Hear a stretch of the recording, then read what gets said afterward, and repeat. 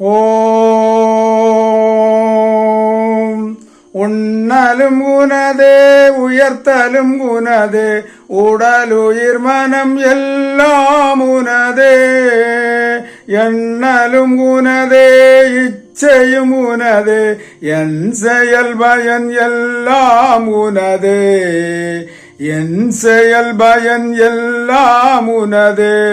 ஸ்ரீமத் பகவத்கீதையில் ஆத்மாவை பற்றி 2வது அத்தியாயத்தில் தெளிவாக கூறப்பட்டிருக்கின்றது.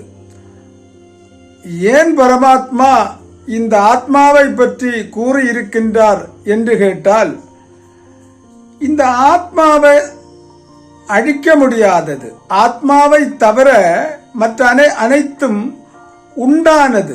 உண்டானது அழியும். ஆத்மா உள்ளதை யாராலையும் அழிக்க முடியாது.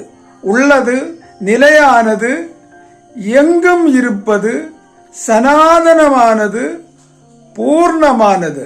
ஆக இதற்கு ஒரு பெயர் சொல்லுவாங்க.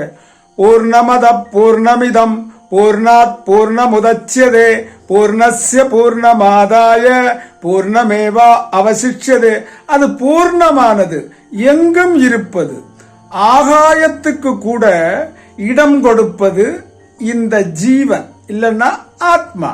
இந்த ஜீவன் எங்கும் போவதும் இல்லை, வருவதும் இல்லை. இந்த உடம்பு தான் பிறக்கின்றது, இறக்கின்றது. உடம்பு பிறப்பதை நாம் பிறந்ததாக தவறாக சங்கல்பம் பண்ணி துன்பப்படுகின்றோம். இதே உடம்பு இறப்பதையும் நான் இறப்பதாக தவறாக சங்கல்பம் பண்ணி துன்பப்படுகின்றோம். இறப்பு பிறப்பு என்பது ஜீவனுக்கு கிடையாது, உடம்பினுடைய சுபாவம். முளகினுடைய சுபாவம் எரிப்பு தன்மை.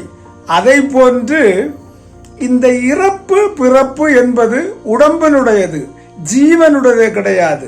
நாம் அனைவரும் ஜீவர்களாக இருக்கின்றோம். இந்த ஜீவனை அறிந்து கொள்ள வேண்டும். அதற்காகத்தான் பகவத்கீதையை படிக்க வேண்டும். நாம் இறப்பதும் இல்லை, பிறப்பதும் இல்லை. அது எப்படி? சூரியனை எடுத்துக்கொள்ளுங்கள். சூரியன் உதிப்பதும் இல்லை, அஸ்தமிப்பதும் இல்லை. ஆனால் எல்லோருக்கும் தெரிய வருகின்றது, சூரியன் உதிக்கின்றது, அஸ்தமிக்கின்றது என்று நாம் படித்து மனப்பாடம் செய்து வைத்திருக்கின்றோம். ஆனால் சூரியன் உதிப்பதும் இல்லை, அஸ்தமிப்பதும் இல்லை. பூமியின் சுபாவம், பூமி சுத்துவதனால் சூரியன் பிறப்பது போலும் இறப்பது போலும் தோன்றுகின்றது. அதாவது உதிக்கின்றது, அஸ்தமிக்கின்றது போல் ஒரு பிரமை உருவாகிவிட்டது. அதை போன்று நாமவும் இறப்பதும் இல்லை, பிறப்பதும் இல்லை. உடம்பு பிறக்கின்றது, இறக்கின்றது. ஜீவன் ஆகிய நாம் ஒரு பொழுதும் பிறப்பதும் இல்லை, இறப்பதும் இல்லை. இது ஸ்ரீமத் பகவத்கீதை உறுதியாக வெளிப்படுத்தி இருக்கின்றது. ஹரி ஓம் தஸ்ஸத்.